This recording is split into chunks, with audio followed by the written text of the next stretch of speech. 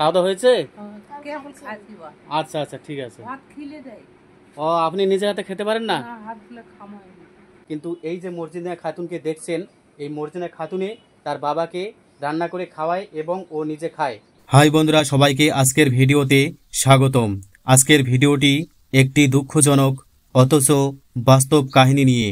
এখানে আমরা দেখাবো একটি অসহায় পরিবারের জীবন সংগ্রামের গল্প।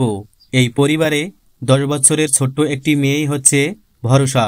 তার বাবা গুরুতর অসুস্থ, হাঁটতে পারে না, এমনকি নিজের হাতে খাবারও খেতে পারে না। অন্যদিকে তার মা মানসিকভাবে অসুস্থ, প্রায় বাড়িতে থাকে না, রাস্তায় রাস্তায় ঘুরে বেড়ায়। তাই পরিবারের সমস্ত দায়িত্ব এসে পড়েছে ওই ছোট্ট মেয়েটির উপর। রান্নাবান্না থেকে শুরু করে বাবাকে খাওয়ানো, ঘরের সমস্ত কাজ সব কিছু সামলায় সে একাই। অথচ সে তো এখনও শিশু। এই পরিবার এতটাই গরিব যে তাদের থাকার মতো একটি নিরাপদ ঘরও নেই। ভাঙ্গা বাড়িতে অমানবিক কষ্টের মধ্যেই তারা দিন যাপন করছে।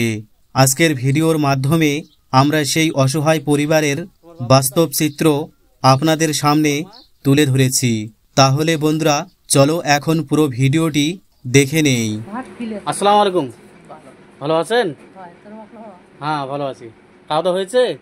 কেবল খাইছি বা। আচ্ছা আচ্ছা ঠিক আছে। ভাত খিলে দেয়।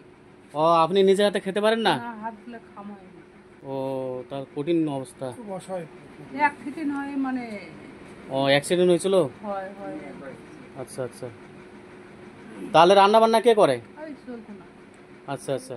দেখতে পাচ্ছ বন্ধুরা, কুমারগঞ্জ থানা এলাকার মোহনা থেকে পূর্ব দিকে হচ্ছে গয়েশপুর গ্রাম। এই গ্রামে খুবই একটি গরিব পরিবার। এই যে দেখতে পাচ্ছ ছোট্ট মর্জিনা, এর বাবা অসুস্থ, দেখতে পেলেন, এর মা নেই, এ নিজে রান্নাবান্না করে কষ্ট করে বাবাকে খাইয়ে দেয়। ওর বাবা হাত দিয়েও খেতে পারে না, এরকম পরিস্থিতি। আমরা দুইজন এসেছি, এই যে আমাদের দাদা এসেছে, আমরা একটু কিছু সামান্য কিছু খাবার নিয়ে এসেছি। আমরা এসেছি মোহনা থেকে পূর্ব দিকে গয়েশপুর। মর্জিনা খাতুন, ওনার বাবার নাম মকসেদুল মণ্ডল। উনি খুব অসহায় এবং মেয়েটা লেখাপড়া করে গোপালগঞ্জ আরএন হাই স্কুলে।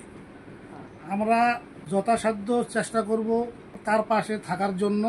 এবং আমরা শুধু আজকে আমার এক ভাই, যে আমাদের head of the department Asadul ভাই, উনি এসেছে, আমাকে সঙ্গে করে নিল। আমরা শুধু জাস্ট একটু দেখার জন্য আসছি। অল্প হালকা কিছু আমরা নিয়েছি জিলেপি কিছু, মেরি বিস্কুটের প্যাকেট, আপেল আছে, জুসের প্যাকেট আর টোস্টের প্যাকেট। এই যত সামান্য আমরা এই অসহায় পরিবার হাতে তুলে দিব।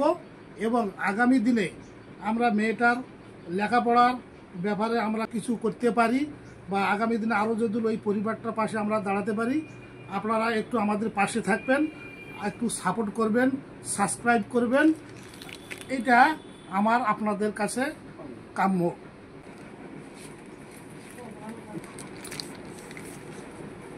বন্ধুরা, তোমরা যারা ভিডিওটা দেখছো, অবশ্যই এই যে মোহনাহাট থেকে পূর্ব দিকে গয়েশপুর গ্রামে এই যে ছোট্ট মর্জিনাকে একটু দেখো।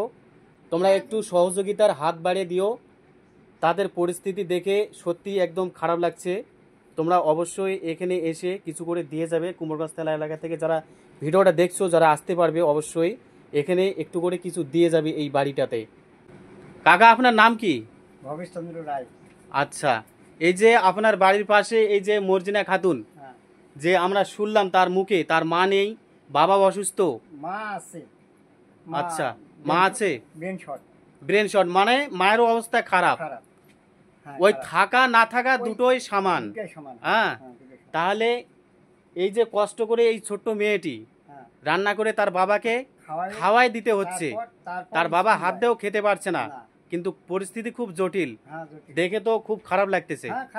হ্যাঁ, তাহলে আপনি একটু কিছু বলেন, যাতে কুমারগঞ্জ থানা এলাকার যে কোনো লোকজন কিছু দিয়ে যেতে পারে, কিছু সাহায্য করতে পারে মেয়েটাকে। না, এটা করা উচিত। হ্যাঁ, 10 জনের কাছে অনুরোধ, এটা করা উচিত। পরিবারটা একটু দাঁড়াবে। হ্যাঁ, দাঁড়াবে, তাছাড়া দাঁড়াতে পারবে না। তোমরা যদি না কিছু সাহায্য করো, তাহলে কিছু দাঁড়াতে পারবে না। তাহলে কাকা, আপনাকে অসংখ্য অসংখ্য ধন্যবাদ। ঠিক আছে, যাক, কিছু সাহায্য করার চেষ্টা করবেন সকলকে বলে। হ্যাঁ, ঠিক এটাই আছে। আমার কাছে কামনা। বন্ধুরা দেখতে পাচ্ছ এই যে ছোট্ট মর্জিনা খাতুন, সে নিজে রান্না বান্না করে তার বাবাকে খাইয়ে দেয়। তার বাবা একদম হাত দিয়ে খেতে পারে না, এরকম পরিস্থিতি তার বাবার। একটা মর্মান্তিক অ্যাক্সিডেন্টের মাধ্যমে তার বাবার এই পরিস্থিতি হয়েছে। তার মা আছে, কিন্তু তার মায়ের মাথা কোনো কাজ করে না, মনে করছি পাগলি মানুষ। সে কিছুই বোঝে না, কিছুই জানে না, কোথায় কোথায় বেড়ায় রাস্তাঘাটে, বাড়িতে আসলে আসে, না আসলে না আসে। কিন্তু এই যে মর্জিনা খাতুনকে দেখছেন, এই মর্জিনা খাতুনে তার বাবাকে রান্না করে খাওয়ায় এবং ও নিজে খায়। তোর কোনো ভাই আছে? কয়টা? কোথায় গেছে তোমার ভাই? ও, ওর ভাই মোহনাতে গেছে ঘুরতে। ছোট না বড়? ও, এর থেকে একটু বড়, মানে ওর ভাই আছে, ওর ভাইকে এ রান্না করে খাওয়ায়, ও নিজে খায়। গোপালগঞ্জ রঘুনাথ হাই স্কুলে পড়ে। আমরা জানতে পেরে এখানে একটু এগিয়ে আসলাম দেখার জন্য যে তার পরিস্থিতি সত্যি কতটা জটিল।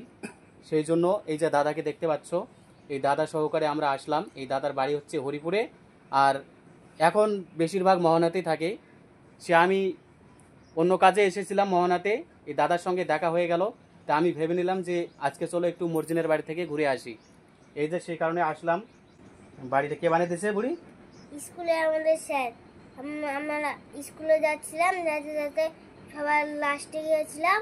তখন যেতে যেতে তখন স্যারগুলো বলছে যে তুমি কেন রাত লাস্টে আসো? তখন আমি বলি আমি ভাত তরকারি রান্না করি, তাই আমি জগতে আসতে পারি না। আচ্ছা আচ্ছা, এরকম করে তখন 10-12 দিন পর স্যারগুলো আমাদের বাড়ি আসে। আচ্ছা আসে থাকে এরকম, তখন কিছু টাকা পয়সা দিয়ে যায়, তখন আমরা ওইটুকুতে খাইটায় তখন পরে আসে।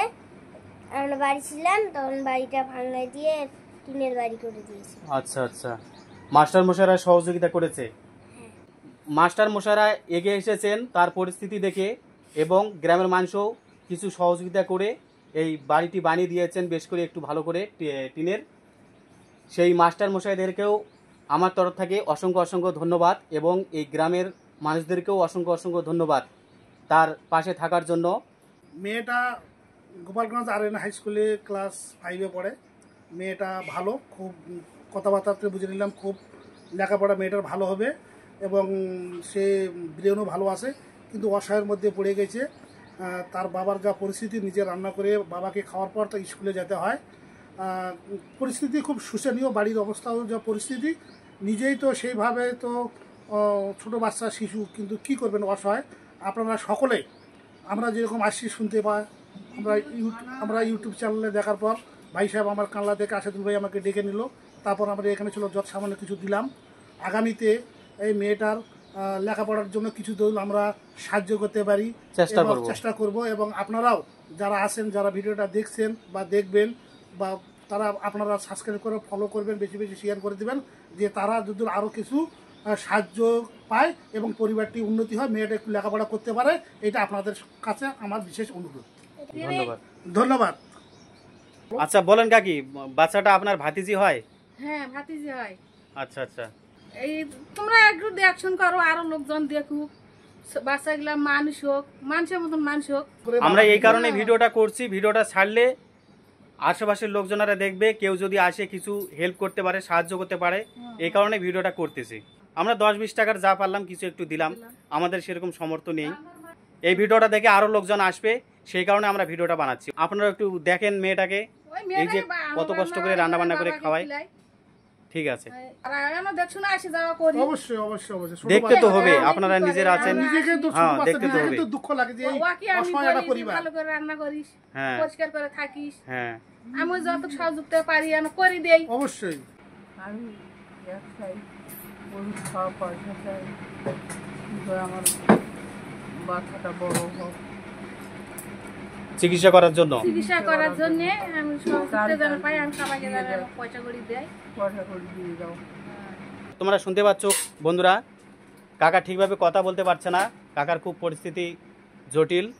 তোমরা যে যা পারো অবশ্যই এই কাকাকে এসে কিছু সহযোগিতা করে যাবেন। কুমারগঞ্জ থানা এলাকা থেকে ভিডিওটি তোমরা যারা দেখছো অবশ্যই এই কাকাকে একটু সহযোগিতা করার চেষ্টা করবেন। তাহলে কাকা ভালো থাকবেন।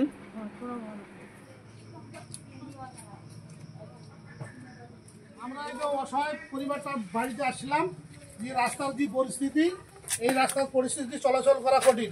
বর্ষার টাইমে এই রাস্তাতে চলাফেরা করা কঠিন কিন্তু অবস্থা। বর্তমান এটা মোহনা গ্রাম পঞ্চায়েতের মধ্যে পড়ে। গয়েশপুর রাস্তা মকসুদুল ভাইয়ের বাড়ি, যাতে ওই টার্নিং এর ওই গলি দিয়ে যে রাস্তাটা, এখানে চলাচল করা খুব অসহায়। এমনি তো ওই পরিবারটা চলতে পারে না, তার ভিতর থেকেও তো ওই যে রাস্তাটার যে পরিস্থিতি, তারা সন্ধ্যে সকালে এই রাস্তাটা চলাচলের মতো রাস্তাটা যোগ্য নয়। এটা তাড়াতাড়ি 7 নম্বর জিপি যে পঞ্চায়েত আছে বা ব্লক স্তরে যারা আছে, রাস্তাটা অতি সত্বর রাস্তাটা ঢালের ব্যবস্থা করার জন্য তাদের কাছে অনুরোধ করতেছি এবং প্রশাসনের কাছে।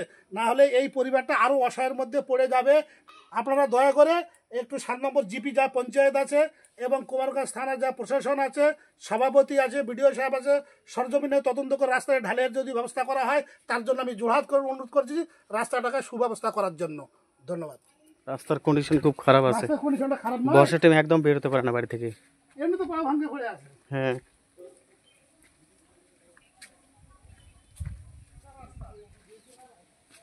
রাস্তাটা পাকা করে দেওয়ার ব্যবস্থা করো।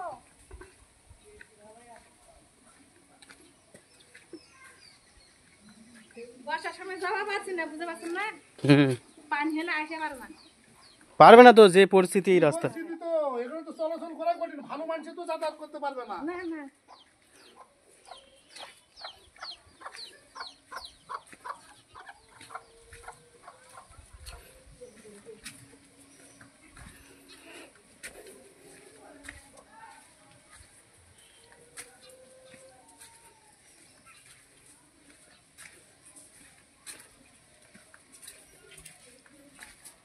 এই যে রাস্তা বন্ধুরা, এই ঢালাই থেকে মোটামুটি 150 মিটার দূর হবে। তোমাদেরকে দেখালাম এই রাস্তাটা পুরোটা। ভালোই। রাস্তার পরিস্থিতি খুব খারাপ। বর্ষার বৃষ্টি যখন হয়, এই রাস্তা দিয়ে একদম আসতে পারে না, সে লোক তো একদমই চলতে পারে না। কেউ যদি মর্জিনা খাতুনের বাড়িতে আসতে চান, তাহলে ওই যে সামনে রোড দেখতে পাচ্ছেন, ওই রোড থেকে এই যে ঢালাইটা আসলো, এই ঢালাই দিয়ে তোমরা এদিকে পূর্ব দিকে চলে যাবেন। এই রাস্তা দিয়ে গলি গলি ভিতরে গিয়েই হচ্ছে মর্জিনার বাড়ি। এই রাস্তাটা পুরোটাই হচ্ছে কাঁচা মাটির। তোমাদেরকে পুরো রাস্তাটা দেখালাম। তো বন্ধুরা, এই ভিডিওটি তোমরা কে কোথা থেকে দেখছো, অবশ্যই ভিডিওতে একটা লাইক করবেন, আপন বন্ধুদেরকে ভিডিওটি শেয়ার করবেন। এই ছিল আজকের ভিডিও। আবার দেখা হচ্ছে পরবর্তী ভিডিওতে। Take care.